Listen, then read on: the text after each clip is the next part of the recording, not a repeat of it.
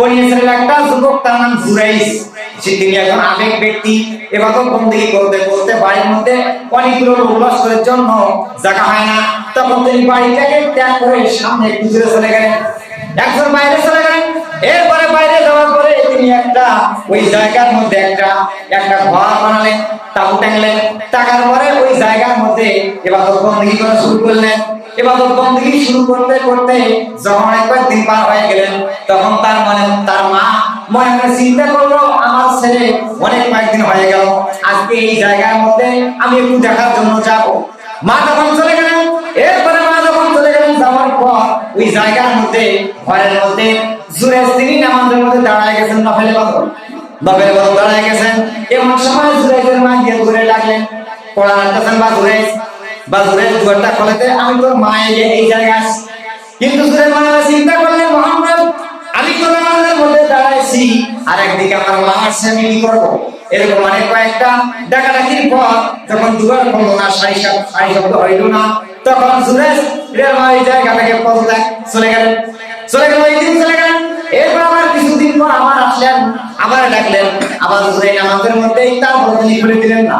এবার দ্বিতীয় দিনের দিনে তার মা আবার ওই জায়গার মধ্যে আসলেন। আসার পরে যখন দেখতেছে আবার ওই দিন নামাজের মধ্যে, যখন 3 দিন হয়ে গেলেন, তখন জুরাইসের মা বললেন, বাবা জুরাইস, আমি তো একদিন 2 দিন না 3 দিন চলে আসলাম, কিন্তু তুই আমার ডাকে সাড়া দিলি না। আমি এই জায়গার মধ্যে একটা বদদোয়া দিয়ে যাচ্ছি, যখন তুই নামাজ শেষ করে বার হবি, তখন তুই তোর মাকে দেখতে পাবি না, তুই এই জায়গার মধ্যে একটা জেনাকারী মহিলাকে দেখতে পাবি। তোর নাউজুবিল্লাহ। এই যে মা কিন্তু 3 দিন হয়ে গেলে একটা বদদোয়া দিয়ে দিলেন। মায়ের দোয়া, এটা রাসূলুল্লাহ বলেন যে 3 শ্রেণীর দোয়া কবুল হয় একমাত্র, যে পিতামাতা, মুসাফির এবং মাজলুম ব্যক্তি। তো মায়ের দোয়া এটা বন্দুকের গুলি মতো, বন্দুকের গুলি মিস হবে, কিন্তু দোয়া কোনোদিন মিস হবে না।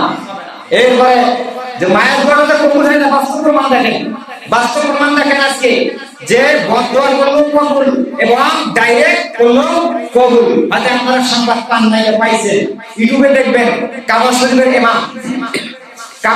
ইমাম নামটা ইমাম আল কালবানি খুব কালওয়ান। তো কাবা শরীফের তিনি মানে রানী ইমাম নাম, কিন্তু কাবা শরীফের ইনি তারাবির নামাজ পড়াইছিলেন। তো উনি তারাবির নামাজ পড়াইছিলেন, তো তারাবির নামাজ কয়েকদিন 1 মাস। এখন ইমামতি বাদ দিয়ে ছেড়ে দিয়ে নায়ক হয়েছে, চিত্র জগতের নায়ক। ওটা 7 দিন ইউটিউবের মধ্যে যে কাবা শরীফের ইমাম নাকি নায়ক, সব বিস্তারিত আছে। তো এখানকার সাক্ষাৎকার লোকেদেরকে ওরা সাক্ষাৎকার দিয়েছে যে আপনি ভাবি কি আপনি কি হয়ে।